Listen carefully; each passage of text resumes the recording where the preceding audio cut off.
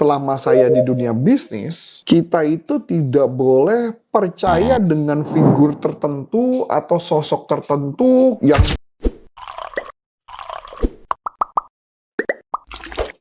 belum lama ini ada kasus penipuan yang sedang dialami oleh seorang artis besar yaitu Jerome Pauline, di mana bisnis yang sudah dia bangun itu mengalami penipuan disebabkan oleh orang terdekatnya. Nah, ini menarik, berarti dalam bisnis yang semakin besar, owner yang secara langsung melihat kondisi bisnisnya bisa saja mengalami penipuan lah. Mengapa hal ini bisa terjadi? Langsung aja yuk kita bahas bersama-sama dengan Coach Syarif. Halo Coach. Hai. Itu tuh disebabkannya kan karena dia ibaratnya mengalami penipuan ya Coach ya, penipuan dari orang terdekat gitu.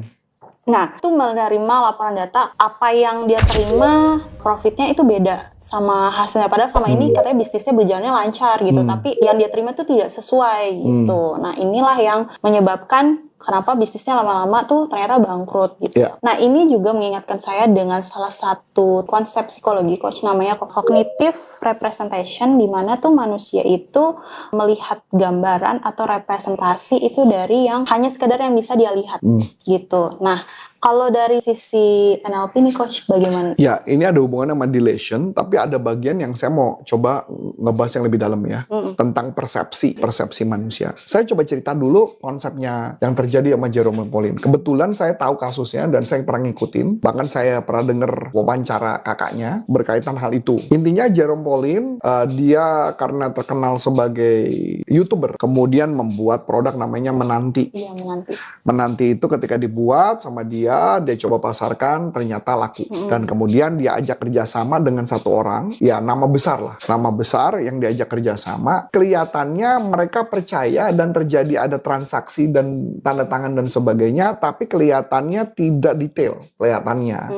Jadi ada orang yang kemudian invest uang, karena Jerome Pauline-nya, dia percaya ketika invest itu, terus kata bisnisnya kemudian dikelola sama mereka, ternyata bisnisnya profitnya tidak sesuai yang dibicarakan.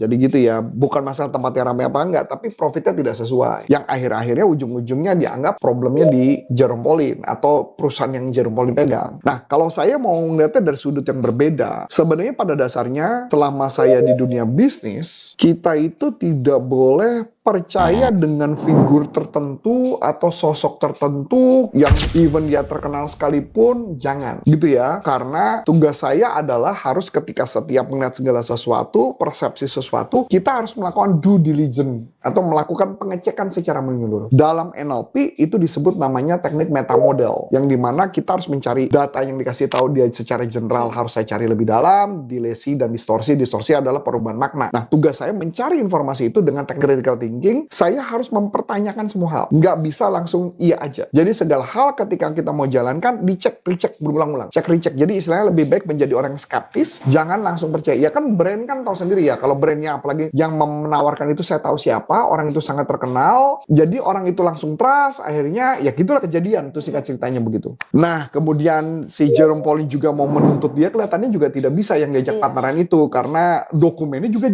kurang jelas. Nah itu karena faktor trust tadi kan. Makanya kalau saya secara pribadi sebenarnya ketika nge-build segala sesuatu harus melakukan due diligence, critical thinking. Saya harus pakai skeptis, bener nggak sih? Masa sih? Gitu. Kemudian saya cek. Dengan ketika kita melakukan critical, maka kita sudah mulai akan menemukan cek-cek problemnya. Misalkan ketika dia menyampaikan sesuatu secara umum, semua produk franchise itu pasti saya bisa bikin untung. Misalnya, kalau saya nggak akan langsung percaya, kebetulan saya ngambil franchise-nya. Bukan franchise yang Menanti, tapi saya ambil franchise yang dipegang seorang itu, yang dulu awalnya. Saya pegang produk itu. Dan tahu apa yang terjadi? Nggak sesuai dengan omongannya. Ada gerobak makanan franchise itu. Kita pakai beberapa tahun kita jalan, kita ngeliat, itu nggak make sense. Jadi omongannya nggak sesuai. Kayak gitu loh jadi gambarannya. Nah, itu juga bisnis yang tadi mau diharapkan seperti itu gitu loh. Kemudian dia pernah juga nawarin pakai metode kayak konsep-konsep syariah gitu loh. Jadi artinya konsepnya adalah lu keluarin duit, gue yang cariin orang, gue yang akan jalanin bisnis. Itu pun pernah kita ditawarin dan kita nggak tertarik. Kami cari-cari informasi, no, kayaknya nggak masuk akal buat saya. Nah, artinya ketika ternyata tidak make sense itu, saya nggak tahu apakah dia cari informasi apa enggak, mengenai itu produk laku atau enggak. Saya kasih contoh, istri saya baru aja ngomong pengen tertarik ke franchise sesuatu. Tapi yang dia lakukan, dia punya rencana ngapain? Dia nggak percaya dulu, pokoknya ambil pasang skeptis dulu. Yaitu adalah apa? Mau ngecek di beberapa cabang, bener nggak itu barang laku apa enggak. Oh, jadi riset juga ya? Kita harus lakukan riset.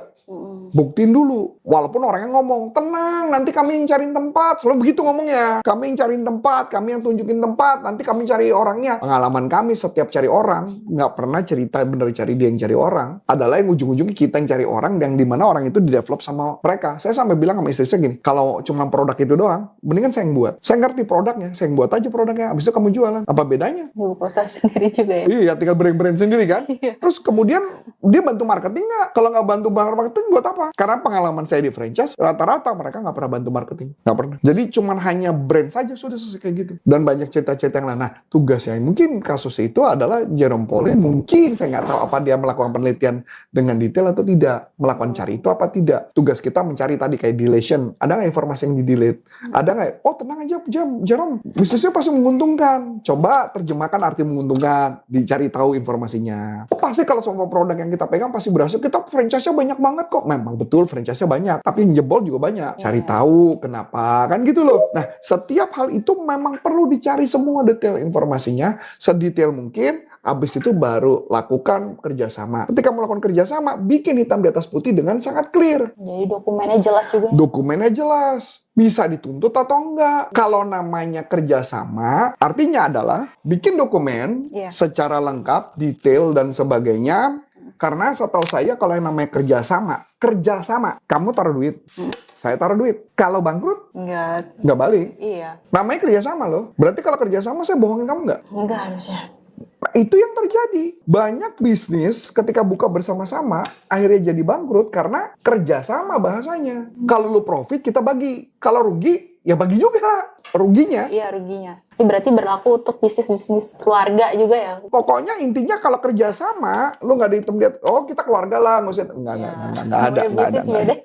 nggak ada. Semua harus ada hitam di atas putih, karena ketika lu ngomong A, B, ketika kerjasama, kalau bangkrut bareng udah, nggak balik. Kayak kemarin saya beberapa tahun yang lalu, mungkin udah 10 tahun lebih, saya punya bisnis, dengan kerjasama dengan orang, kita taruh uang, dia taruh uang. Bangkrut ya bareng. Bangkrut, abis. Gitu ya. Karena namanya bangkrut ya bangkrut, abis, selesai. Jadi nggak ada yang ganti rugi. Nah, karena mungkin Jerome Pauline mau punya hubungan baik dengan yang para investor itu, dia gantiin. Berarti, term kondisinya waktu kerja sama juga nggak jelas. Kalau term dan kondisi jelas, artinya kalau saya kerja sama Madi, kemudian bisnisnya nggak sesuai harapan, harusnya kan sama dong, saya juga nggak sesuai harapan, kita bangkrut bareng dong. Iya. Nah itu. Buat bisnis-bisnis yang lain, kalau misalnya dia mau buka usaha gitu ya, apalagi melibatkan orang lain gitu ya, Coach ya, agreement itu paling penting. Penting. Agreement paling penting, hitam di atas putih penting, semua penting gitu loh. Jadi harus dibaca juga ya, Coach. Dibaca dan sebagainya. Jangan sampai, ya tadi kan, kok bisa dia, Jerome Pauline masih balikin? Harusnya kalau mama clear dari awal, nggak mungkin balikin. Bangkrut ya bangkrut. Atau Isa nggak ngerti. Atau Isanya mungkin dia pakai konsep, oh ya udah gue yang kelola. Kalau nggak bersih uangnya gue balikin. Nah itu beda cerita lagi tuh. Kalau agreementnya kayak gitu berarti Jerome yang dirugikan. Saya nggak tahu agreementnya apa, saya nggak tahu. Tapi intinya buat saya adalah kritisi dulu, gunakan teknik mental model, cari informasi sedalam-dalamnya, baru kita main clear. Oke, wah seru banget topik kali ini bersama dengan Coach Arif. Buat teman-teman semua yang ingin tahu lebih mendetail tentang topik ini, bisa langsung join aja ke grup WhatsApp yang ada di kolom deskripsi bawah. Sekian dari aku, Aya. Dan saya Coach Antoni. Saya ucapkan terima kasih, sukses buat Anda dan sampai jumpa. And happy for business untuk Indonesia. Bye-bye.